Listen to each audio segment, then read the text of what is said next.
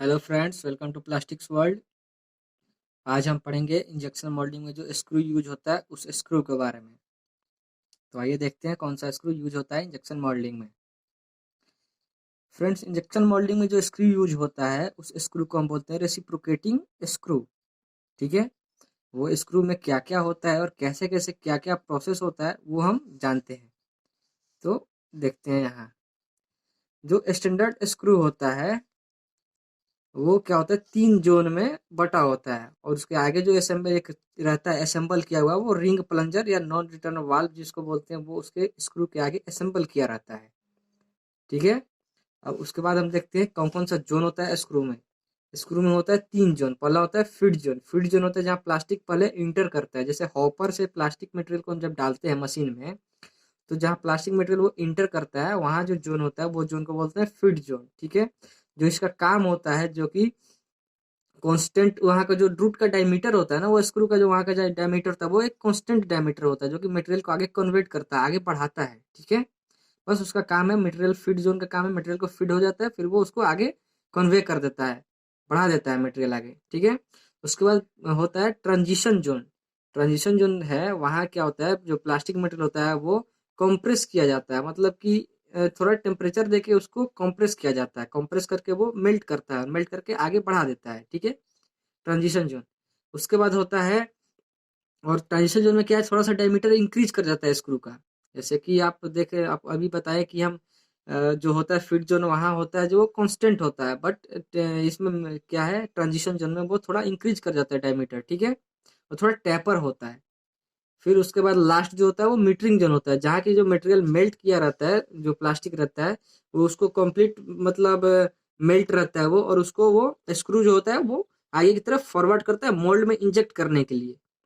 तो क्या होता है, स्क्रू में 3 जोन होते हैं। पहला हो गया फीड जोन, दूसरा हो गया ट्रांजिशन जोन, तीसरा हो गया मीटरिंग जोन।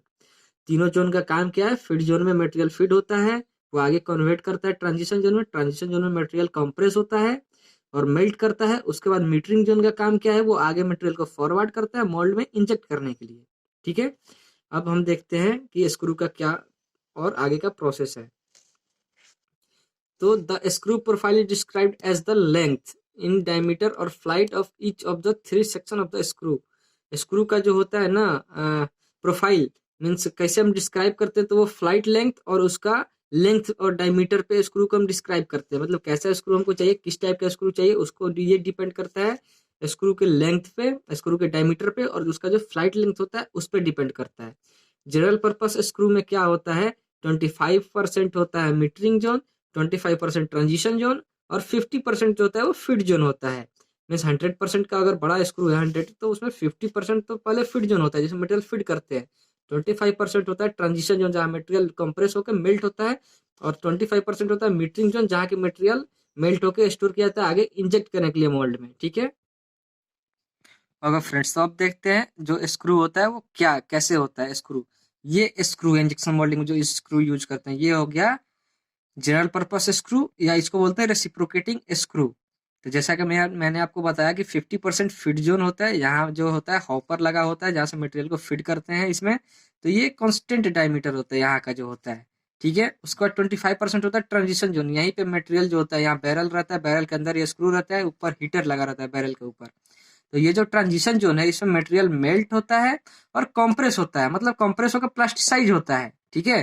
और आगे जो मीटरिंग जोन है, इसमें मटेरियल मेल्ट होता है, और ये होता है एनआरवी, नॉन रिटर्न वाल्व बोलते हैं, यहाँ लगा रहता है, जो कि मटेरियल को पीछे आने से रोकता है, या फिर इसको प्लंजर वाल्व, प्लंजर भी बोलते हैं। ठीक है, रिंग प्लंजर। और ये होता है मटेरियल का आगे का टिप, जो कि उसको वाल्व यहीं पे लगा रहता है, यही मटेरियल को आगे पुश करता है मोल्ड में, नोजल के थ्रू मटेरियल जो निकलता है मोल्ड में इंसर्ट करने के लिए वो। ठीक है। अब इसका जो होता है नोमेनक्लेचर कहते हैं स्क्रू का, ये जो है स्क्रू का नोमेनक्लेचर हो गया। तो आइए देखते हैं क्या है। तो सबसे पहले यहाँ देखते हैं, ये सेक लेंथ है, मीन्स के जो ड्राइव में अटैच होता है जिससे रोटेट होता है स्क्रू, ये सेक लेंथ हो गया। ठीक है, शैंक लेंथ हो गया। उसके बाद रियर रेडियस ये हो गया, ये जो है स्क्रू का रियर रेडियस है। ये जो है ये फ्रंट रेडियस है। ये जो है ये रूट का डायमीटर है, और यहाँ रूट का डायमीटर ये हो गया, और यहाँ से ये जो गैप है ये दोनों एरो के बीच का, इसको बोलते हैं फीड डेप्थ। यहीं पे मटेरियल फीडिंग होता है, इसी डेप्थ में मटेरियल फीडिंग होता है। ये हो गया फीड पॉकेट हो गया। ठीक है। ये हो गया बेयरिंग विड्थ। ये जो है ये बियरिंग विड्थ हो गया, ठीक है। ये जो है ये बियरिंग लगा रहता है यहाँ पे, जिसे घूमता है स्क्रू, तो बियरिंग विड्थ हो गया। उसके बाद ये हो गया आपको यहाँ से लेके इस टॉप से, और इस टॉप को बोलते हैं आउटसाइड डायमीटर, ये स्क्रू का ओडी हो गया, ठीक है। ये हो गया, ये पॉइंट लास्ट से यहाँ यहाँ तक रिंग, जहाँ प्लंजर रिंग प्लंजर या वाल्व लगा रहता है वहां तक टोटल हो गया ओवरऑल लेंथ। और यहाँ से और यहाँ तक हो गया फ्लाइट लेंथ, क्योंकि फ्लाइट इसको बोलते हैं, तो यहाँ से लेके और यहाँ तक ही फ्लाइट लेंथ होता है, ठीक है। और ये दोनों के बीच के गैप को, ये दो जो होता है उसका थ्रेड, उसके बीच के गैप को हम लोग पिच बोलते हैं, ठीक है। ये एक लास्ट से इसके फर्स्ट तक का जो गैप है, ये दोनों के बीच के गैप को पिच बोलते हैं, ठीक है। इसको बोलते हैं फ्लाइट, ठीक है। ये जो है इसको फ्लाइट बोलते हैं, फ्लाइट विड्थ। इसका जो चौड़ाई होता है ये फ्लाइट विड्थ हो गया। और ये जो है फ्रंट में यहाँ, क्योंकि इनिशियली ये पहले तो कांस्टेंट रहता है, धीरे धीरे धीरे इंक्रीज करता है इसका डायमीटर, तो लास्ट में डायमीटर थोड़ा ज़्यादा हो जाता है, फीड जोन में कम रहता है, मीटरिंग जोन में ज़्यादा हो जाता है। तो ये जो गैप है फ्लाइट के पैरेलल में एक लाइन लेंगे, और इसके डायमीटर का जो गैप है उसको बोलते हैं मीटरिंग गैप, ठीक है। और ये तो मैंने बताया था रजिस्टर विड्थ हो गया, और ये वाल्व हो गया, ठीक है। अब हम देखते हैं L/D रेशियो क्या होता है। अब हम देखते हैं L/D रेशियो क्या होता है। L/D रेशियो को बोलते हैं हम लेंथ बाई डायमीटर रेशियो बोलते हैं, ये स्क्रू में मेजर करते हैं हम L/D रेशियो जो होता है। तो L/D रेशियो जो होता है वो फ्लाइट लेंथ जो होता है स्क्रू का उसका, और स्क्रू के ओडी का जो रेशियो होता है, flight length divided by OD screw का, उसको बोलते हैं L/D रेशियो, ठीक है।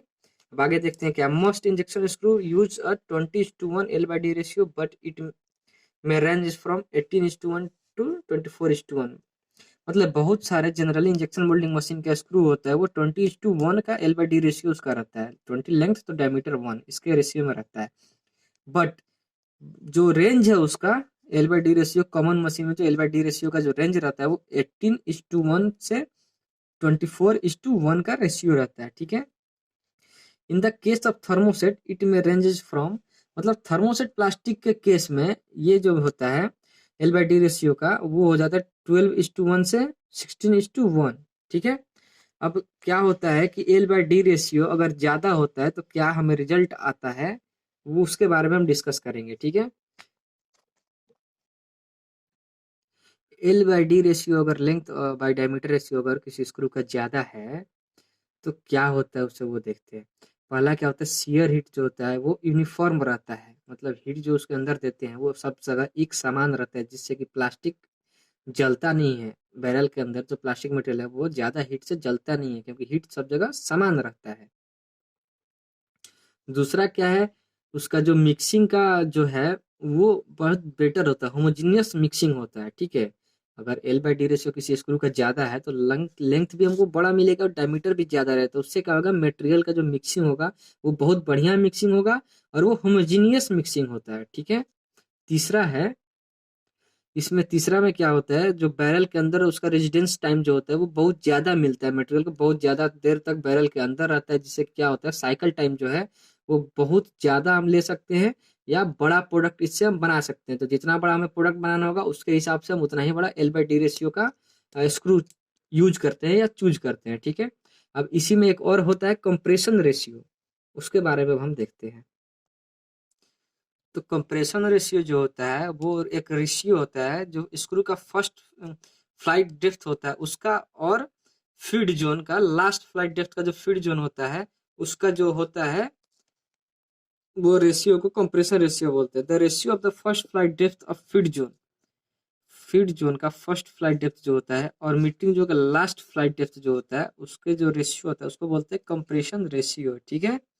अब देखते हैं, या फिर first channel volume of feed zone to last channel volume of metering zone, मतलब फीड जोन का पहला channel volume divided by metering zone का पहला लास्ट चैनल वॉल्यूम, उसको बोलते हैं C/CR, मतलब कंप्रेशन रेशियो, ठीक है। ये जो टिपिकली मतलब जनरली जो होता है कंप्रेशन रेशियो का जो रेंज है 1:5:1 है, इससे 4:5:1 तक होता है, मतलब थर्मोप्लास्टिक मटेरियल के केस में, ठीक है। क्या है, मोस्ट इंजेक्शन स्क्रू क्लासिफाइड है general purpose have a compression ratio, मतलब जनरल पर्पस के लिए जो स्क्रू यूज करते हैं इंजेक्शन मोल्डिंग का, कॉमनली उसका जो रेशियो होता है 2:5:1 से 3:0:1 होता है, ठीक है। और यही थर्मोसेट के रेंज में, थर्मोसेट मीटर जब यूज करेंगे तो वो हो जाए कंप्रेशन रेशियो 1:1 का रेशियो होता है, ठीक है। अब देखते हैं कंप्रेशन रेशियो अगर ज्यादा है तो क्या इफेक्ट पड़ेगा उसका मटेरियल पे, ठीक है। तो greater shear heat imparted to the resin, resin को जो शेयर हीट मिलेगा वो ज्यादा मिलेगा, ठीक है। और मेल्ट का जो heat uniformity of, greater heat uniformity of the melt, melt का जो हीट मिलेगा, मतलब जो मटेरियल मेल्ट करने के लिए जो टेम्परेचर देंगे वो सब जगह लगभग बराबर रहेगा और बढ़िया रहेगा, ज्यादा मात्रा में हीट रहेगा लेकिन सब जगह बराबर यूनिफॉर्म रहेगा, मतलब higher potential for creating stress in some resin, ठीक है। कुछ रेजिन में जो होता है वो ज्यादा, मतलब उसको क्षमता होता है कि स्ट्रेस ज्यादा, स्ट्रेस मतलब वो बनाने का वो क्षमता रखता है, ठीक है। कंप्रेशन रेशियो ज्यादा होगा तो हायर एनर्जी कंजम्पशन, जब कंप्रेसर रेशियो ज्यादा होगा तो एनर्जी जो कंज्यूम करेगा मटेरियल, मतलब स्क्रू जो ये करने में, मटेरियल को मेल्ट करने में, प्लास्टिसाइज करने में, तो वो ज्यादा एनर्जी कंज्यूम करेगा, मतलब खपत करेगा। अब उसी टर्म में आता है, उसी से रिलेटेड है हेलिक्स एंगल। हेलिक्स एंगल जो होता है, ये देखिए क्या होता है, ये स्क्रू फ्लाइट और ट्रांसवर्स प्लेन का जो स्क्रू है उसके जो एंगल होता है, दोनों के बीच का जो एंगल होता है उसको बोलते हैं हेलिक्स एंगल। ये क्वेश्चन बहुत इंपॉर्टेंट है एग्जाम में, इंटरव्यू में बहुत कॉमन क्वेश्चन है जो कि फंसाने वाला होता है। इसमें पूछा जा सकता है आपको कि हेलिक्स एंगल कितना होता है, तो एग्जैक्ट वैल्यू है इसका 17.8 डिग्री, हेलिक्स एंगल का जो वैल्यू होता है, ठीक है। लेकिन कभी कभी एग्जाम में ये आंसर ऑब्जेक्टिव में नहीं रहता है, 18 भी रहता है, तो आप राउंड ऑफ, अगर 17.8 नहीं है तो आप 18 डिग्री लेके चलेंगे, लेकिन अगर 17.8 है तो आप 17.8 ही डालेंगे, क्योंकि हेलिक्स एंगल का एक्यूरेट वैल्यू होता है 17.8। हाँ, तो ये जो देख रहे हैं आप डायग्राम में, ये है हेलिक्स एंगल, ठीक है। रूट का डायमीटर हो गया, वो जो डायमीटर है स्क्रू का वो फ्लाइट, और देखिए हेलिक्स एंगल यहाँ आपको फिगर में शो किया गया है। तो ये जो एंगल है इसको बोलते हैं हेलिक्स एंगल। इसका वैल्यू कितना होता है, मैंने अभी आपको बताया 17.8 डिग्री होता है, ठीक है। तो फ्रेंड्स देखते रहिए प्लास्टिक्स वर्ल्ड, मिलते हैं अगले वीडियो में जिसमें हम पढ़ेंगे बैक प्रेशर स्क्रू का जो ऑपरेशन होता है वो, फिर plasticising screw, injection speed, caution, ये सब के बारे में हम पढ़ेंगे। तब तक मिलते हैं नेक्स्ट वीडियो में। प्लास्टिक वर्ल्ड देखने के लिए धन्यवाद। Please like, subscribe and share my videos. Thank you so much.